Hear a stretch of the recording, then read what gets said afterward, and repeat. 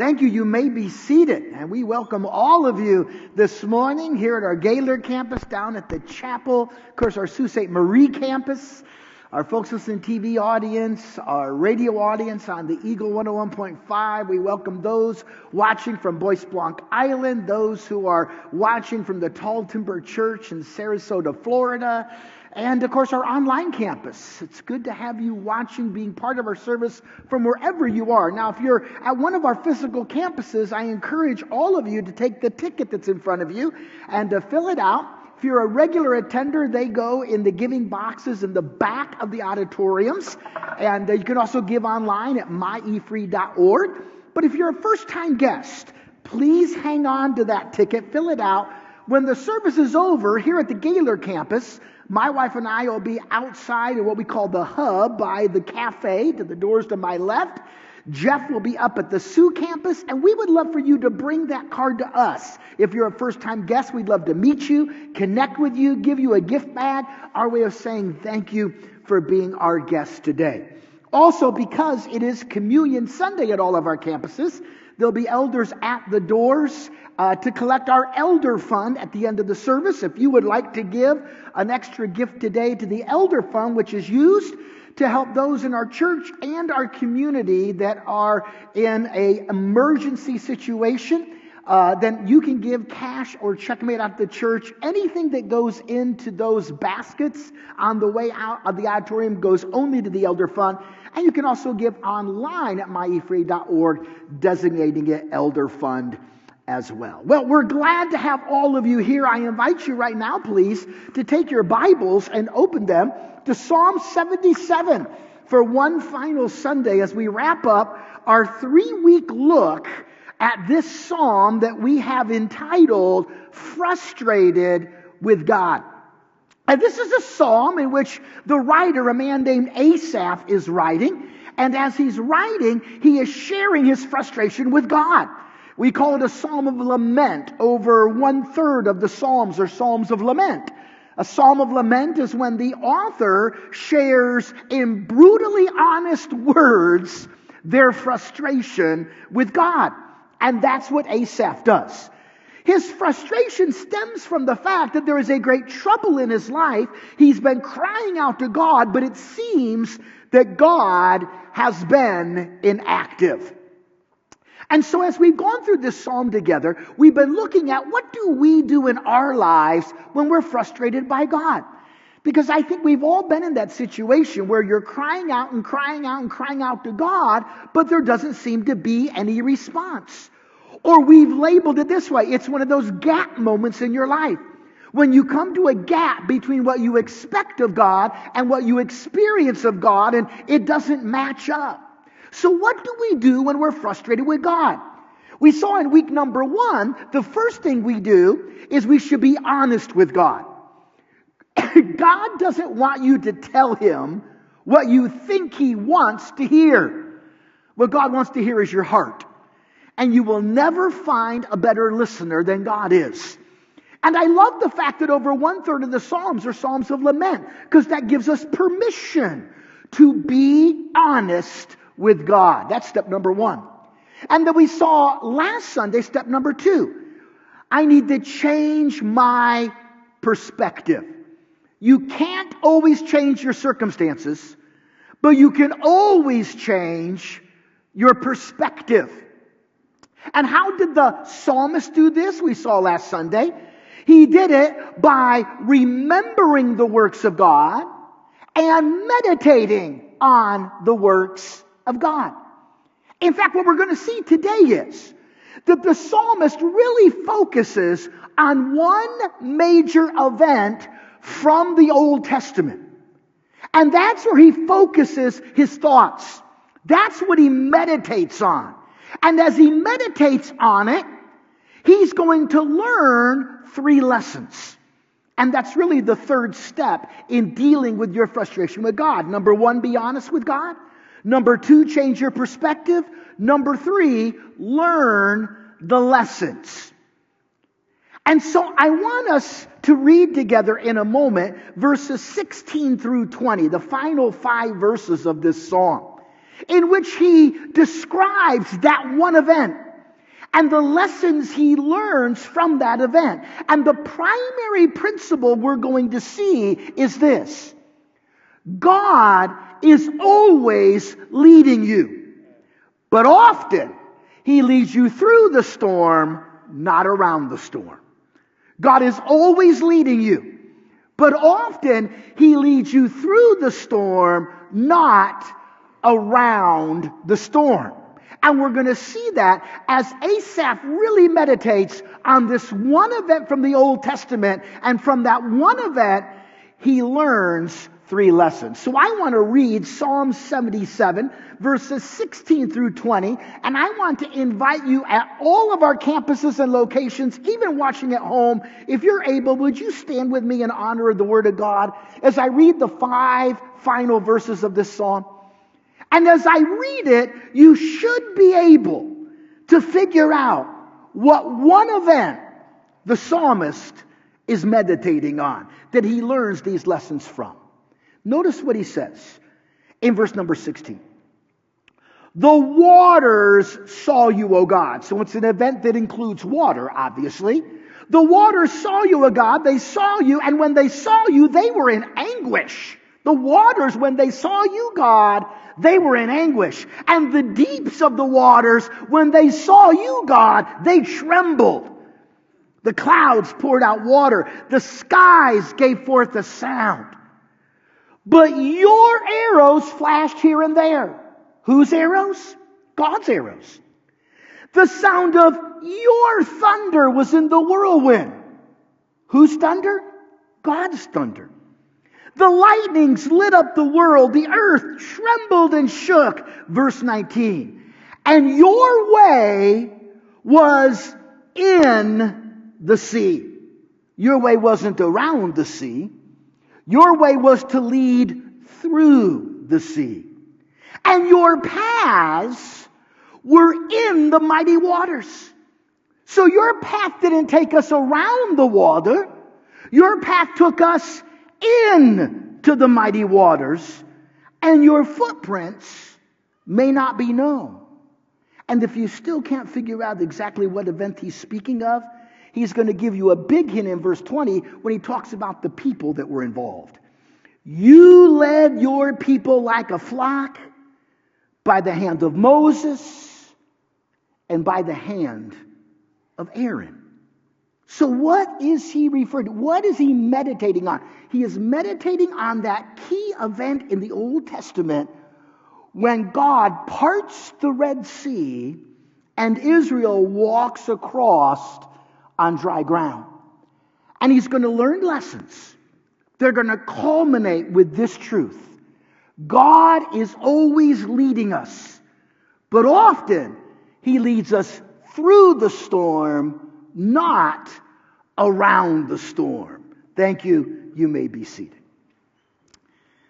So what's the first of the 3 lessons that Asaph learns as he really meditates on this amazing event from the past? And lesson number 1 is this: that God's power is above everything that causes me fear. That's the first lesson he learns. God's power is above everything that causes me fear. Now remember the situation the children of Israel found themselves in. They had just left Egyptian slavery, heading out to what they were told would be the promised land, a land flowing with milk and honey. And as they went out into the wilderness, God ends up leading them into a situation that you could definitely say was putting them in between a rock and a hard place. They got to the bank of the Red Sea, and they noticed behind them was the armies of Egypt, because Pharaoh has now changed his mind. He has now led out his armies to destroy them. And here are the children of Israel. Their backs are up against the Red Sea. There's no way they can travel all the way north around the Red Sea. They don't have time. But coming towards them is the armies of Egypt, and the armies of Egypt are intent on slaughtering them. So no matter which way they look, they're fearful. They're fearful of the Egyptians that are coming, but obviously they're fearful of the water because the water has now trapped them. So there is great fear in the lives of the children of Israel.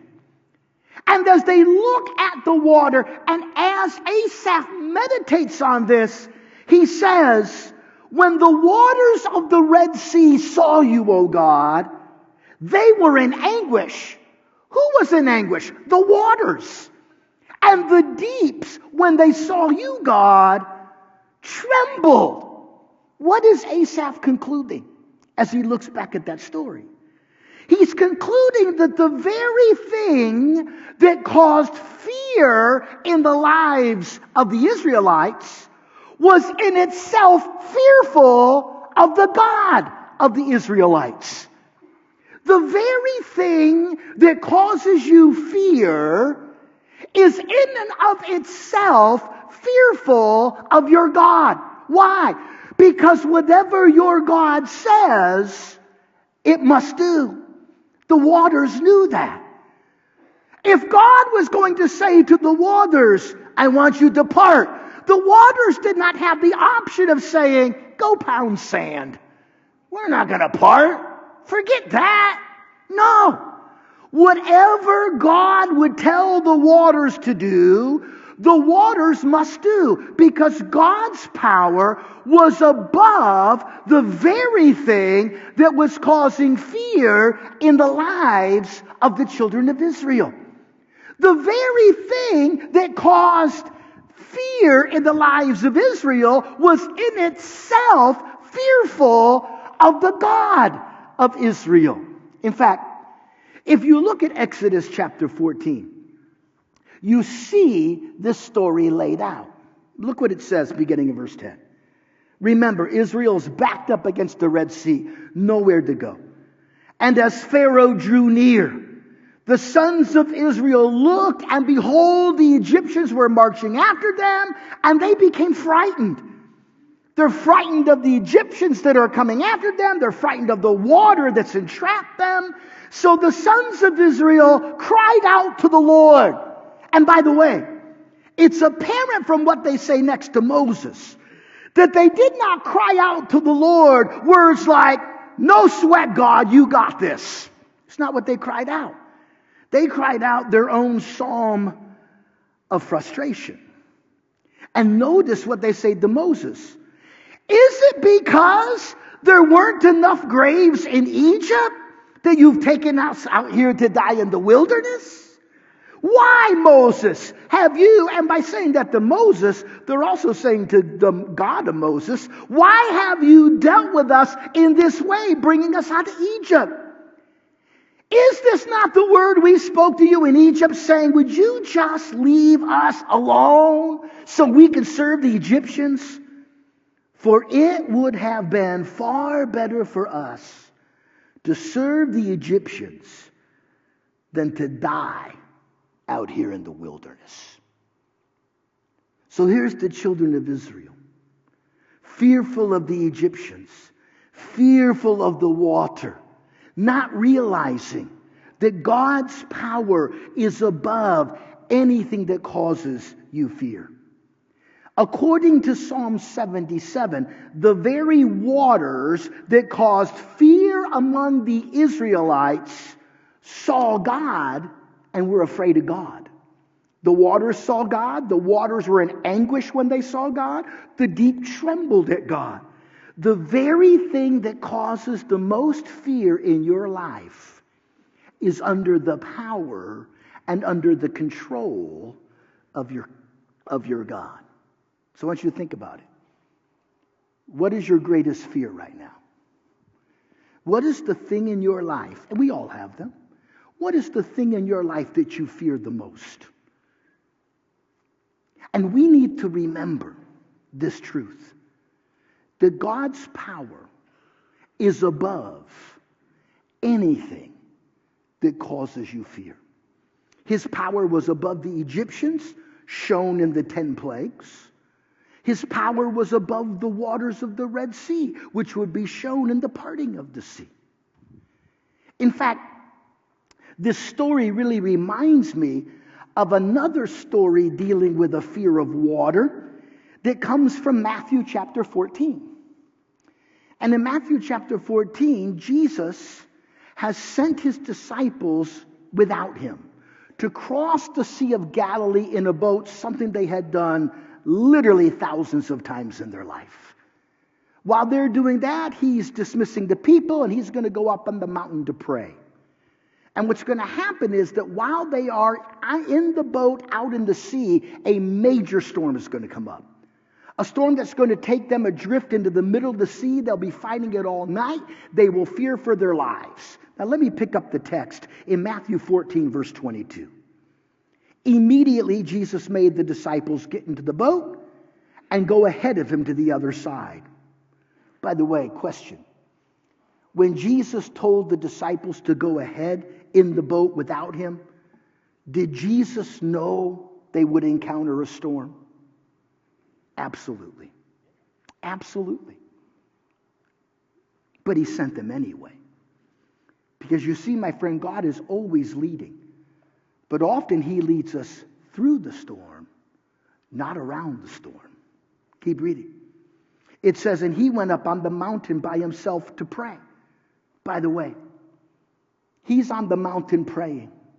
The disciples are on the sea in the middle of a storm. Question. Who do you think Jesus is praying for? The disciples. And it says this. But the boat was already a long distance from the land, battered by the waves, for the wind was contrary. And in the fourth watch of the night, that means they'd been out there all night long, Jesus came to them walking on the sea. Now don't miss this. As the disciples are out in the boat, what is the very thing they fear the most? The raging sea. Drowning in the sea. But when Jesus comes to them, what does he make his footpath? The very thing that caused them fear. Because God's power is always above whatever causes you fear. And when the disciples saw him, and at this point, they don't know who it is. I mean, think about this. You're a disciple. All night long, you're in a boat. You think you're going to die. You've been trying to battle the storm. It's getting worse and worse and worse. You're thinking this is it. It can't get any worse than this. And then you look up, and there is a figure. Now, you're in the middle of the sea. And this figure is walking towards you on the stormy waves. And you got to be thinking, not only is it bad enough that we're about to die, we're now confronted with a ghost. Humans can't walk on water. And so it says, when the disciples saw him walking on the sea, they were terrified and said, it's a ghost. And they cried out in fear. Fear of the storm? Yes. Fear of the ghost? You bet. You bet. It says, but immediately Jesus spoke to them as he made the thing that caused them fear his footpath, saying, take courage. It is I. Do not be afraid. And the psalmist says, the first lesson I learned as I meditate on this incredible story is the fact that God's power is always above anything that causes me fear. My friend, I can tell you right now, if you're in the middle of the storm, those are Jesus' words to you. Take courage. It is I. Do not be afraid. You see, God is always leading you, but often he leads you through the storm. not around the storm. When you look at verses 17 and 18 of Psalm 77, you discover that all the forces of life that can bring me fear are but the instruments of God. All the forces of life that can bring me fear are but the instruments of God. And he says in verse 17, the clouds poured out water, the skies gave forth the sound, your arrows flashed here and there, the sound of your thunder was in the whirlwind, the lightnings lit up the world, the earth trembled and shook. It's an amazing passage because it's possible he's talking in a poetical fashion, but I really do believe he's being literal. He's giving us more information of what it was like when God parted the Red Sea. In fact, the Jewish historian Josephus gives some of this information as well. I don't think it was just, hey guys, check this out, and the waters just kind of gently go up. It would seem from this passage that it's quite possible that before those waters ever parted, a storm was brewing. And there was thunder, and there was lightning, rain. There was wind like a whirlwind. The ground shook like an earthquake. And here's the children of Israel. They have the armies of Pharaoh in front of them, the Red Sea behind them, a storm all around them. But the psalmist realizes that everything he saw in the storm was nothing but the instruments of God that God was going to use to part the Red Sea. Why? Because, folks, God's power is above anything that causes you fear. Anything. In fact, Jesus described this very truth the night before his crucifixion. Actually, the same day, when he stands on trial before Pilate. And notice the words, the exchange between the two of them. And you see this in John. And it says this, therefore, when Pilate heard this statement, he was afraid. And he entered into the praetorium and said to Jesus, where are you from? And Jesus gave him no answer. So Pilate said to him, you don't speak to me? Do you not know that I have authority to release you? And I alone have authority to crucify you. In other words, here's what he's saying. Listen, you better talk to me because you should fear me. I'm the only guy who has the power to release you. And I have the same power to crucify you. You ought to fear me. And you're not even responding to my questions? And it says this. And Jesus answered, dude. And I would have loved it if he would have said that, you know? Dude, you would have no authority over me at all if it had not been given you from above. You know what Jesus is saying? I'm not afraid of you, Pilate. I'm not afraid of you at all. You know why? Because my Father's power is greater than anything that can cause me fear. And the very things that should cause me fear are but the instruments of God. And Pilate, you may think I should fear you, but the truth is, you're nothing more than the instrument of God. And God is using you, just as he used the ones who gave me up to you. And so the psalmist, as he meditates on this story of the crossing of the Red Sea, learns a valuable lesson. God's power is always above anything that causes me fear. But then he learns a second lesson, and I think this is the one, at least this is the one that resonated with me the most. And lesson number 2 is this. My inability to understand how God is working is no indication that God is not working. Now let me say that again. My inability to understand how God is working is no indication that God is not working. My inability to not be able to see, my inability to see God working is no indication that God is working. And he learns this from this story back in the Old Testament. Look what he says in verse 19. Your way, God, was in the sea. You weren't going to lead us around the sea. You wanted us to go through it. And your path was in the mighty water. Because God is always leading us. But often he leads us through the storm, not around the storm. But look at that last phrase. And as you lead us in the sea, as you lead us in the waters, your footprints may not always be seen. Your footprints may not always be known. In other words, we can't always understand what you're doing.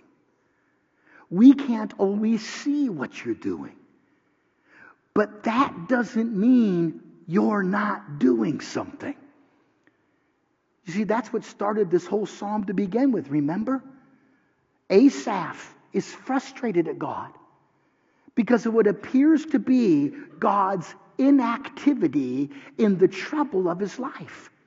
Asaph could not understand how God was working. He could not see how God was working. And we saw in week 1 of the series that Asaph was on the verge of concluding, because I don't understand how God's working, because I don't see how God's working, he must not be working. He's changed. I can't trust him anymore. We saw that in the first 10 verses. But now he's understanding something. He's understanding that even though you can't always understand how God is working, that in no way means God is not working. And just because you cannot always see how God is working does not mean God is not working. Folks, God is always working. Always. Your footprints, however, may not always be known. A lot of people read that verse and they automatically go, and I saw several sermons that brings up that old poem, you know that poem, Footprints, where I'm looking back at the footprints in the sand, and God, I noticed during the toughest times of my life, there was only one set of footprints. You abandoned me. Why did you abandon me? And God says, no, I didn't abandon you during the time. I carried you during that time. And that's all good. Nothing wrong with that. But folks, can I just be honest with you? You can't always see God's footprints. I know the poem says you can. But this verse is very clear. There are times I go through trouble in my life, and I cannot see any evidence that God is involved. I cannot see any evidence that God is active. But that in no way indicates he's not working. Because, my friend, God is working even when you can't see it.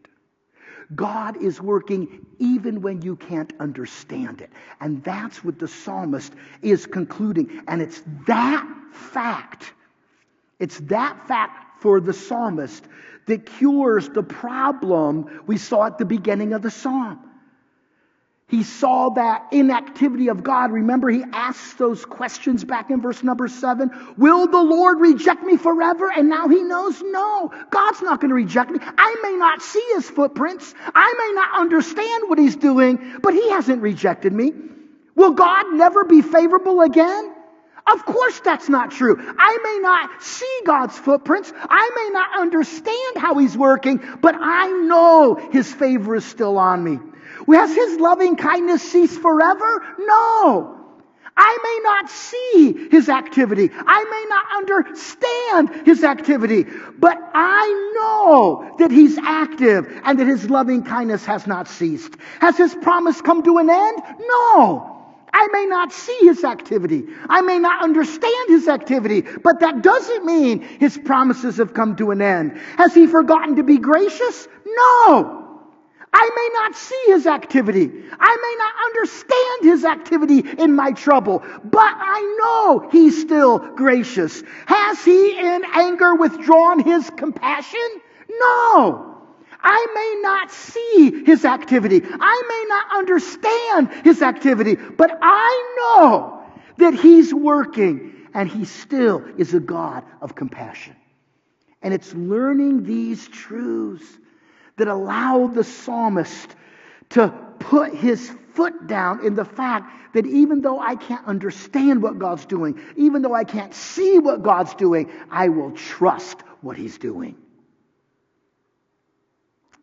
You see, it's the ultimate end of the experience that will show us that God knew what he was doing all the time. You can't usually see that when you're in the middle of the storm. But when you get to the other side of the storm and you can look back, you will understand that even though it didn't look to me like God was doing anything, I can see now he was. And even though I didn't understand what God was doing, I can see now he was working. And friend, the truth of the matter is, we will never truly understand that truth until we get to heaven. And I think one of the greatest moments in heaven is going to be when God rolls back the eternal curtain and we look back over all the things in our life and in our world that we question, what in the world is God doing? And it's all going to make sense. And we're going to go, wow, I had no clue that's what you were doing. That is so amazing. And I believe that that will bring about one of the greatest moments of worship we've ever experienced. Because even though you cannot understand the activity of God, that does not mean he's inactive. And then he learns a third lesson in verse number 20. And the lesson he learns finally is this: the Lord is my shepherd always. Always. God is always leading me. But often he leads me through the storm, not around the storm. You, Psalm 77:20 says, you led your people like a flock. You led them to the bank of the Red Sea. You led them to that situation where the waters were in front of them, the Egyptians were behind them, the storm was around them. You were leading them, and then you led them through the sea. You led them through the waters.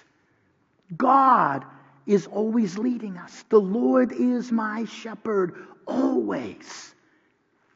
Over the last several months, I've really been focusing on the many times in the Bible that Jesus is called our shepherd. It's a common theme in the Bible.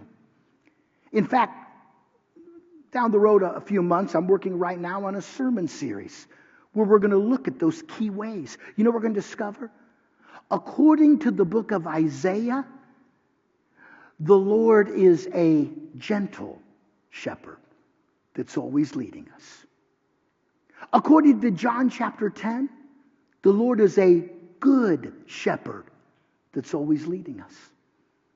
According to Hebrews 13, the Lord is a great shepherd who's always leading us. According to 1 Peter 5, the Lord is a chief shepherd who's always leading us.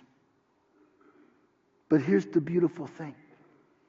As amazing as it is that the Lord is a gentle shepherd, as amazing as it is that the Lord is a good shepherd, as amazing as it is that the Lord is a great shepherd, as amazing as it is that the Lord is a chief shepherd, the thing that amazes me the most is that Psalm 23 says, this gentle shepherd, this good shepherd, this great shepherd, this chief shepherd, he's my shepherd. Wow! The Lord Psalm 23:1 says, is my shepherd. That gentle shepherd is my shepherd. That good shepherd is my shepherd. That great shepherd is my shepherd. That chief shepherd is my shepherd. The Lord is my shepherd always. And it says in verse 1, because of that, I shall not want. It's really a wording that means this: I will always be satisfied with where he leads me. Sheep are an amazing animal. And one of the things you learn about sheep is they don't beg. Sheep are always satisfied as long as the shepherd is there. Sheep innately realize, I can trust my shepherd. My shepherd will give me exactly what I need. And when we understand that the Lord is our shepherd always, we will always be satisfied with where he has us. We will always be satisfied with what he provides for us, because we know that my shepherd is a gentle shepherd. My shepherd is a good shepherd. My shepherd is a chief shepherd. My shepherd is a great shepherd. It's amazing in Psalm 23. The contrast between verse 2 and verse 4. Verse 2 says, he makes me lie down in green pastures. Don't you love it when God leads you into green pastures? Isn't that a wonderful thing? I'm so glad that there are times in my life that God leads me into green pastures, where I just feel like everything's good right now. It says he leads me beside quiet waters. The word quiet literally means still. Here's the concept. Sheep are very fearful. Sheep will not drink out of a stream that's moving. It scares them. So you know what a shepherd would do? A shepherd would go into the stream and dam it up so the water would stop moving so the sheep could drink. Don't you love it? Don't you love it when God removes all the fear from your life for a season? Some of you are there right now. Some of you came into church today and it's like, man, I'm in the green pastures. I'm kind of relaxing by the still waters. Not really anything that I'm fearful of right now. Things are good right now. And if you're in that situation, can I say this? Soak it up. Give worship and praise to your shepherd, because you won't be there forever.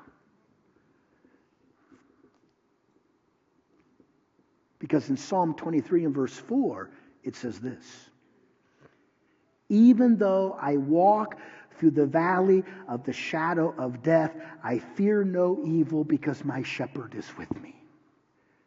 The valley of the shadow of death is probably better translated the valley of deep darkness. You know what psalmist is saying? Yes, my shepherd is with me, and he's a good shepherd, a gentle shepherd, a great shepherd, a chief shepherd when I'm in the green pastures. But that same shepherd is also leading me when I go into the valley of deep darkness. And he's just as good in the valley of deep darkness as he is in the green pastures. He's just as much of a great shepherd and a chief shepherd and a gentle shepherd in the valley of deep darkness as he is in the green pastures. And this psalmist is being reminded of this amazing truth. The Lord is my shepherd always. Whether I'm in the green pastures or I'm in the valley of deep darkness. You see, my friend, the Lord is always leading you. But often, he will lead you through the storm, not around the storm. And when those times come, we need to put ourselves in these lessons. God's power is above anything that causes me fear. I must remember that. My inability to understand how God is working is no indication that God is not working. I must remember that. And the Lord is my shepherd always, even in the valley of deep darkness. Even when I'm backed up against the Red Sea, even when the Egyptians are coming toward me and the storm is around me, the Lord is my shepherd. And God will always lead you. But often, He'll lead you through the storm, not around the storm. Jeff's going to take over at the Sioux campus, Jack down at the classic service. Here in the main auditorium, would you stand with me, please, for prayer? Again, if you're a first-time guest, I hope you'll bring that ticket out to us in the hub. Let me pray. Father, I thank you for the times in our lives that you lead us in the green pastures and beside the still waters. Those are so refreshing. And we give you praise for those times in our lives. But we also know, Father, that you also will lead us in the valley of deep darkness at times. But God, we know that you're just as gentle in the green pastures as you are in the valley of deep darkness. You're just as good in the green pastures as you are in the valley of deep darkness. And I pray, God, that we would always understand that your power, Jesus, is greater than anything that causes me fear. And even though I can't always see how you're working, I should never conclude you're not working, because you're always working. And you will always lead me. But sometimes you'll lead me through the waters, not around the waters. And God, in those times that we're in the valley of deep darkness, we speak Jesus. We speak Jesus because he's more powerful than what causes us fear.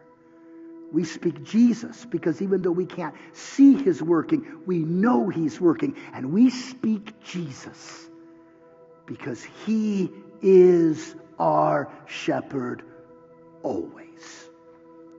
We speak Jesus. And I pray this in his name.